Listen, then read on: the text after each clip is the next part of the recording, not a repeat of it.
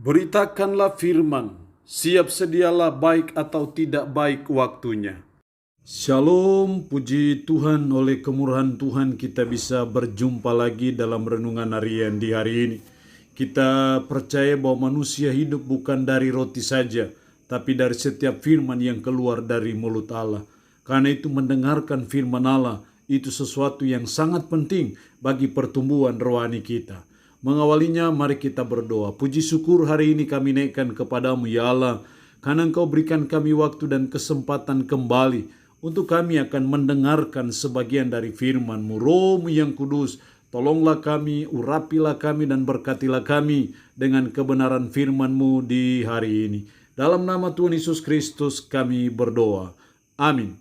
Nats firman Allah yang menjadi perenungan kita bersama di hari ini, saya ambil dari 1 Korintus pasal 1 ayat 4 sampai dengan ayatnya yang ke-9. 1 Korintus pasal 1 ayat 4 sampai 9.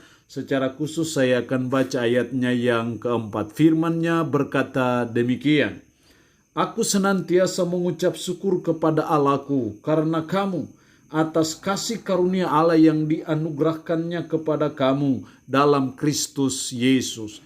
Demikian kebenaran firman Allah hari ini yang intinya mengajar kita, menasihati kita, kasih karunia Allah yang dianugerahkan kepada kita.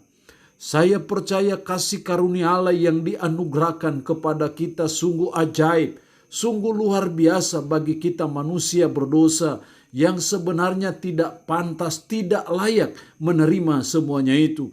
Tapi kasih karunia Allah yang Dia anugerahkan kepada kita dalam Kristus Yesus, ini patut kita syukuri dalam kehidupan kita sebagai umat, sebagai orang percaya. Alasan itulah yang membuat Paulus mengucap syukur kepada Allah atas kasih karunia Allah yang dianugerahkan kepada jemaat yang ada di Korintus, dan yang saya percaya juga dianugerahkannya bagi saudara dan saya sebagai umat, sebagai orang yang percaya kepadanya. Kasih karunia Allah yang dianugerahkannya kepada kita. Lalu pertanyaannya adalah, apa kasih karunia Allah yang dianugerahkan kepada kita? Apa yang diberikan Allah secara cuma-cuma kepada saudara dan saya, yaitu kasih karunia yang Dia anugerahkan kepada saudara dan saya di dalam Kristus Yesus. Setidaknya ada 3 kasih karunia yang dianugerahkan Allah kepada jemaat yang ada di Korintus, dan saya percaya juga dianugerahkannya bagi saudara dan saya.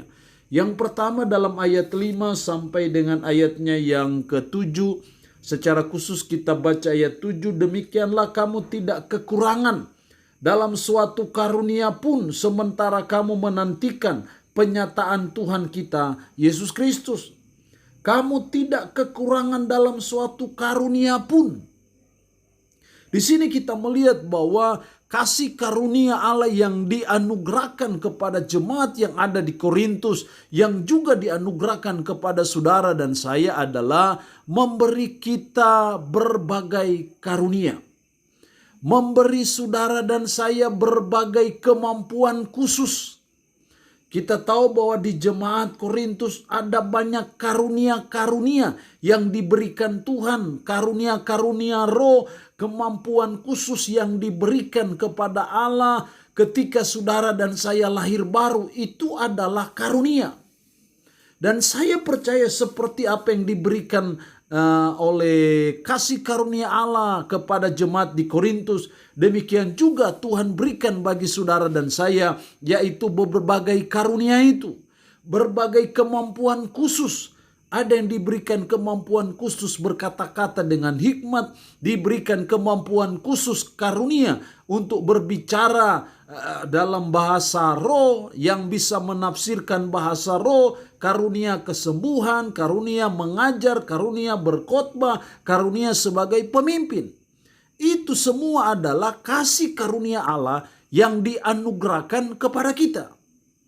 Makanya kita patut bersyukur kepada Tuhan atas kasih karunia Allah yang Dia anugerahkannya kepada kita dalam Yesus Kristus. Yang kedua, kasih karunia Allah yang dianugerahkan kepada kita itu seperti apa? Ayat 8.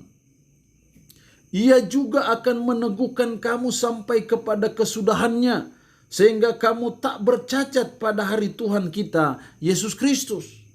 Ia juga akan meneguhkan kamu sampai kepada kesudahannya. Ini juga adalah kasih karunia Allah yang dianugerahkan kepada kita, yang diberikan Tuhan kepada jemaat Korintus, tetapi saya percaya diberikan juga kepada saudara dan saya, yaitu meneguhkan kita sampai kesudahannya. Meneguhkan kita, mengokohkan kita, memampukan kita untuk kita tetap teguh, kita tetap kuat menghadapi apa saja sampai kepada kesudahannya. Itu semua juga adalah kasih karunia Allah yang dianugerahkannya kepada kita. Jadi sungguh ajaib dan luar biasa kasih karunia Allah itu. Karena kasih karunia Allah lah yang memampukan kita, yang meneguhkan kita, yang mengokohkan kita sampai kepada kesudahannya. Itu bukan karena kekuatan kita, itu bukan karena kehebatan dan kemampuan kita, tapi itu semua karena kasih karunia Allah yang Dia anugerahkannya kepada kita melalui Yesus Kristus. Yang ketiga, kasih karunia Allah yang dianugerahkan kepada kita itu apa? Yang ayat 9, Allah yang memanggil kamu kepada persekutuan dengan anaknya Yesus Kristus Tuhan kita adalah setia.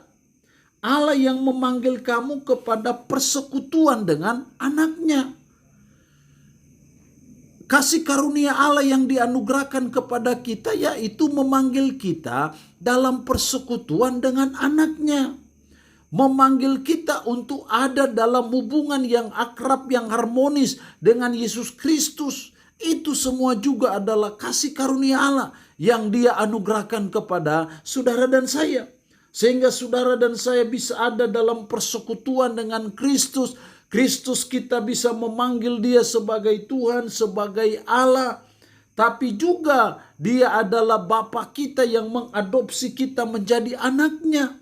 Sehingga kita ada suatu hubungan yang harmonis, hubungan yang akrab dengan Dia karena kita ada dalam persekutuan dengan Dia. Ini semua juga adalah kasih karunia Allah yang dianugerahkannya kepada kita. Jadi ada 3 kasih karunia Allah yang dianugerahkannya kepada kita. Memberi kita berbagai karunia dalam pelayanan atau kemampuan khusus, meneguhkan kita sampai pada kesudahannya, dan memanggil kita dalam persekutuan dengan anaknya Yesus Kristus. Itu kasih karunia Allah yang dianugerahkannya kepada kita. Allah yang punya firman ini berkati kita dengan firman-Nya di hari ini. Amin. Mari kita berdoa. Puji syukur untuk kebenaran firman-Mu di hari ini, yang boleh mengingatkan kami akan kasih karunia Allah yang dianugerahkan kepada kami.